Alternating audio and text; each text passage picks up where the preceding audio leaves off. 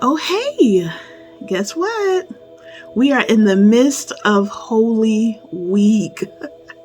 And I am so glad that you made it to your midweek shot in the arm. And today's shot is focus. You ready? Let's go. So focus, simply put, is to concentrate attention or effort on something. All right, I'm going straight to our instruction manual. I'm going to be reading from Proverbs 4:25 through 27 from the English Standard Version, and it reads, "Let your eyes look directly forward and your gaze be straight before you. Ponder the path of your feet, then all your ways will be sure. Do not swerve to the right or to the left. Turn your foot away from evil." Oh my God. We are constantly tempted to pull away from a consistent focus on Christ. A consistent focus on Christ. And as a result, we often find ourselves doing the opposite of what verse 27 tells us. Verse 27 says, "Do not swerve to the right or to the left. Turn your foot away from evil." But if we're honest, which I hope that we would be, if we're honest, we find ourselves being tossed to and fro by the concerns of life, by the details surrounding our everyday decision making, by something that happened yesterday, by wondering what's going to take place tomorrow. Oftentimes we are tossed to and fro with the concerns of our decision making. Every day, there is a different path for us to take. Every day, we are offered an opportunity to choose which path we are going to take. Let's look at verse 26.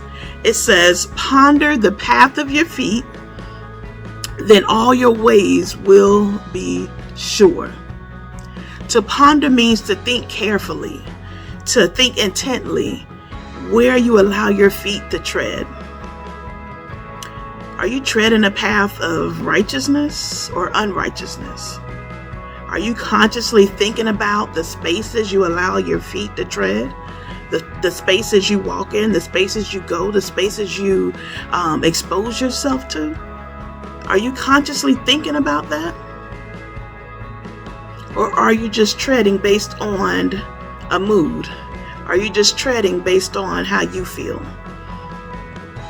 Are you consciously thinking about where your feet tread? Are you focused on what God is saying to you? Are you focused on where God is saying you should be going? Or are you uncertain?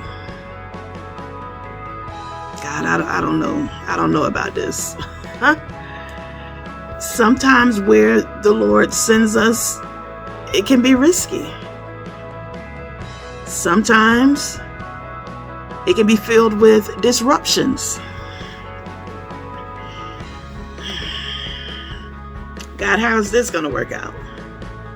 I don't see how this is going to come together. Everything was fine until this.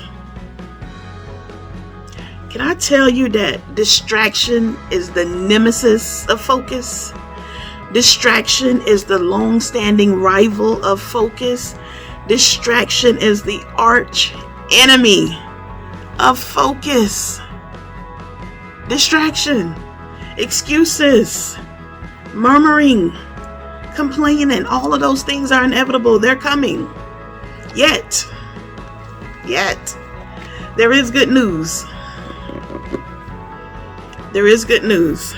If we trust in the Lord, if we keep our gaze on Him, if we keep our focus on what He's called us to do, He will not lead us astray. He won't lead us astray. And guess what?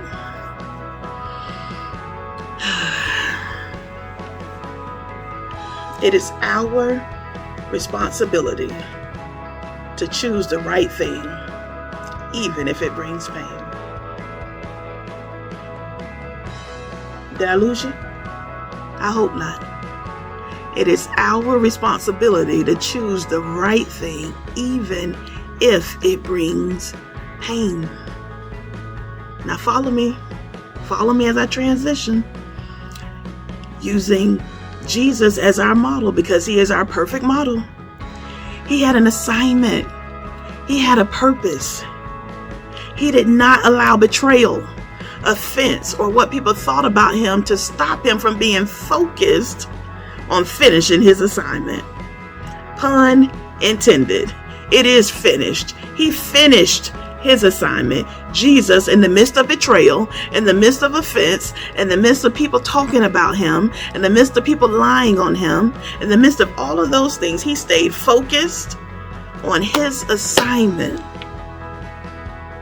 In spite of the pain, in spite of the hurt. Jesus was going to the cross in spite of. It didn't matter what came his way. He was focused on finishing his assignment. That is the model that we have. That is the example that is afforded to us. So guess what? Betrayal may show up, and it will hurt, because betrayal does not come from a stranger. Betrayal comes from someone that has been on your side, someone that you can count on, someone that you have told your closest secrets to. Betrayal hurts, but we got to stay focused. We got to stay focused. We can't stay there. Offense is going to come. You will get offended on this journey. These things come to derail our focus. It comes to shift our gaze away from the main thing. What people think about you? Shoot, what they feel they know about you. Those things come to hinder our focus. But we have a model. We have an example. All throughout our instruction manual, he not only tells us what to do, he models how to do it. My God. Yes, people are peopling. I got you. But we have a model. We have an example that we can follow, so that it doesn't matter what they're doing, what they're saying, how they're responding. We have to stay focused on what the Father has called us to, just as he stayed focused on his assignment. Selah. Wearing these glasses that I have on in the natural helps me to see clearly. But if I don't clean them regularly, the things I see will be out of focus. I'll begin to make choices I wouldn't normally make, because I can't focus due to what's in the way, due to those things that have come to distract my focus, to turn my gaze.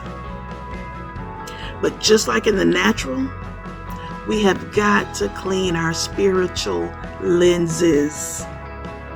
Otherwise, our view is skewed. We must be willing to lay aside our fears, our worries, or anything that seeks to drain us of the hope in Christ.